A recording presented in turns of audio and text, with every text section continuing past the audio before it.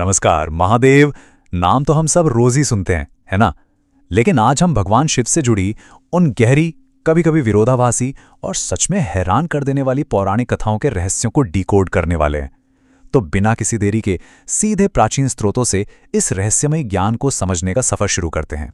देखिए, वेद एक बहुत ही गहरा दार्शनिक सच हमारे सामने रखते हैं कि ईश्वर अजन्मा है। मतलब परम शक्ति समय और स्पेस की तरह है। वो हर चीज में बसी है, फिर भी सबसे अलग है। ईश्वर ने कुछ बनाया नहीं, बल्कि उसकी मौजूदगी मात्र से ही सब कुछ अपने आप बनता चला गया। और यहीं पर एक बहुत ही दिलचस्प पैराडॉक्स सामने आता है। जरा सोचिए, अगर ईश्वर अजन्मा है तो फिर महादेव के उस भौतिक स्वरूप का जन्म कैसे हुआ जिसके बारे में हम पुराणों में पढ़ते हैं? यही वो सवाल है जो आज हमें इस विषय की गहराई तक ले जाएगा। इस पूरे पौराणिक ढांचे को अच्छे से समझने के लिए आज के इस विश्लेषण में हम इन 6 खास पड़ावों से गुजरेंगे। जन्म के रहस्य से लेकर शिव के पहले योगी होने तक का पूरा सफर। तो चलिए सबसे पहले बात करते हैं जन्म के रहस्य और पुराणों में मिलने वाले उन विरोधाभासों की जो अक्सर हमें कंफ्यूज कर देते हैं। ये देखना बहुत ही रोचक है कि कैसे अलग अलग ग्रंथों में कहानी बिल्कुल बदल सी जाती है। एक तरफ शिव पुराण कहता है कि शिव स्वयंभू हैं, यानी वे खुद प्रकट हुए, और विष्णु जी शिव के टखने से उत्पन्न हुए। लेकिन विष्णु पुराण इसके एकदम उलट बात कहता है। उसके मुताबिक विष्णु स्वयंभू हैं और शिव जी विष्णु के माथे के तेज से उत्पन्न हुए। साफ है कि हर पुराण अपने मुख्य देवता को सेंटर स्टेज पर रखता है। और इसी बीच श्रीमद् भागवत तो एक अलग ही ड्रामेटिक इवेंट पेश करता है। जब ब्रह्मा और विष्णु के बीच सुपीरियॉरिटी को लेकर बहस छिड़ गई, तब शिव अचानक एक अनंत जलते हुए अग्निस्तंभ से प्रकट हो गए। मतलब उनके जन्म की थ्योरीज में कितनी ज्यादा वैरायटी है। चलिए अब इन ब्रह्मांडीय विवादों से थोड़ा जमीन पर आते हैं। दूसरा सेक्शन है रोने वाले बच्चे की कथा और रुद्र का नामकरण। विष्णु पुराण हमें शिव के शुरुआती रूप का एक बहुत ही अलग और कह सकते हैं मासूम सा पहलू दिखाता है। हुआ यूं कि ब्रह्मा जी को सृष्टि रचने के लिए एक बच्चे की जरूरत थी। उन्होंने तपस्या की और अचानक उनकी गोद में एक रोता हुआ बालक आ गया। वो बच्चा इसलिए रो रहा था क्योंकि उसका नाम ब्रह्मा नहीं था। तब ब्रह्मा जी ने उसे रुद्र नाम दिया, जिसका सीधा सा मतलब ही है रोने वाला। पर कहानी यहां खत्म नहीं होती। वो बच्चा फिर भी चुप नहीं हुआ, तो ब्रह्मा जी को उसे शांत करने के लिए एक के बाद एक 8 शक्तिशाली नाम देने पड़े।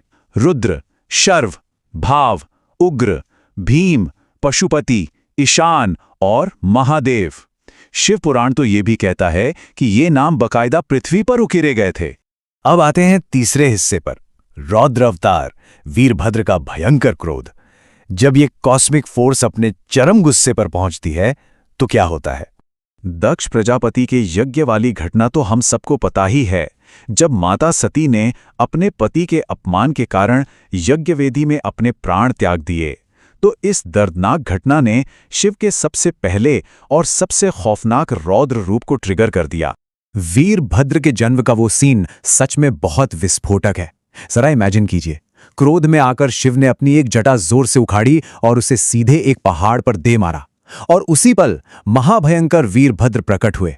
वीरभद्र ने सीधा जाकर यज्ञ का विध्वंस किया और दक्ष का सिर धड़ से अलग कर दिया।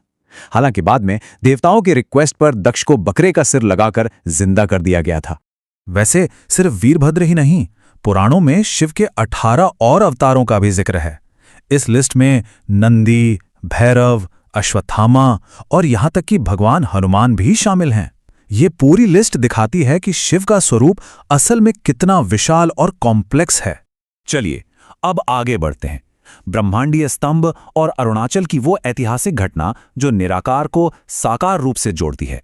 याद है, अभी थोड़ी देर पहले हमने ब्रह्मा और विष्णु के बीच सुपीरियॉरिटी की बहस की बात की थी। जब ये अहंकार का टकराव चल रहा था, तब उनके सामने अचानक एक अनंत, बिना किसी आकार वाला आग का खंभा प्रकट हो गया।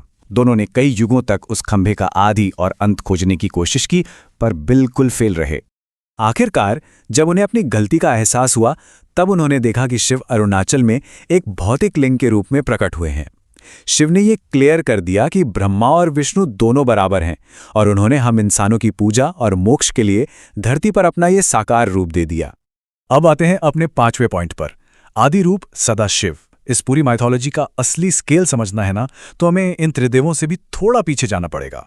ये जानना बहुत जरूरी है कि सदाशिव को परम सर्वोच्च रचयिता माना गया है। वो अल्टीमेट सोर्स, वे ब्रह्मा, विष्णु और महेश तीनों के पिता माने जाते हैं, और उनके साथ हमेशा उनकी परम शक्ति मौजूद रहती है, 8 भुजाओं वाली प्रधान प्रकृति, जिन्हें हम अंबिका भी कहते हैं।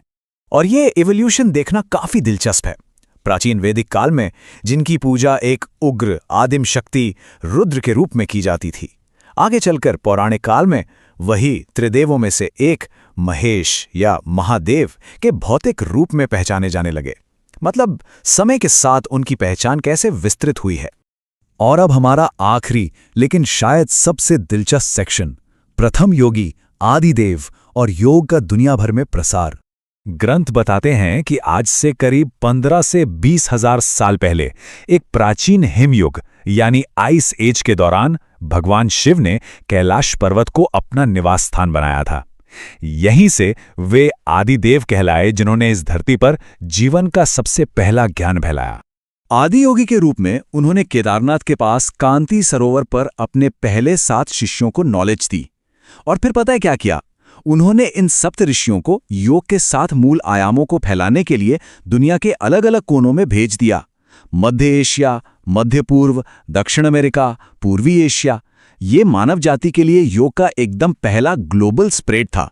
आदिनाथ होने की वजह से उनकी इस प्राचीन उपाधि से ही एक बहुत ही खास शब्द निकला, आदेश। आज भी अगर आप नाथ संप्रदाय के साधुओं को आपस में मिलते हुए देखेंगे तो वो नमस्ते नहीं बल्कि आदेश कहकर एक दूसरे का अभिवादन करते हैं। तो ये सब कुछ हमें एक बहुत ही गहरे सवाल के साथ छोड़ जाता है। अगर उन सप्त ऋषियों ने वाकई उस प्राचीन विश्व की यात्रा की थी, तो आज भी दुनिया भर की अलग अलग संस्कृतियों में आदियोगी शिव की उन पहली शिक्षाओं के कितने अंश दबे हुए होंगे। जरा सोचिए, हमारी इस प्राचीन ग्लोबल सिविलाइजेशन की जड़ें आपस में कितनी गहराई से जुड़ी हो सकती हैं। आज के इस विश्लेषण में बस इतना ही। उम्मीद है प्राचीन ज्ञान को समझने का ये सफर आपके लिए भी उतना ही रोमांचक रहा होगा।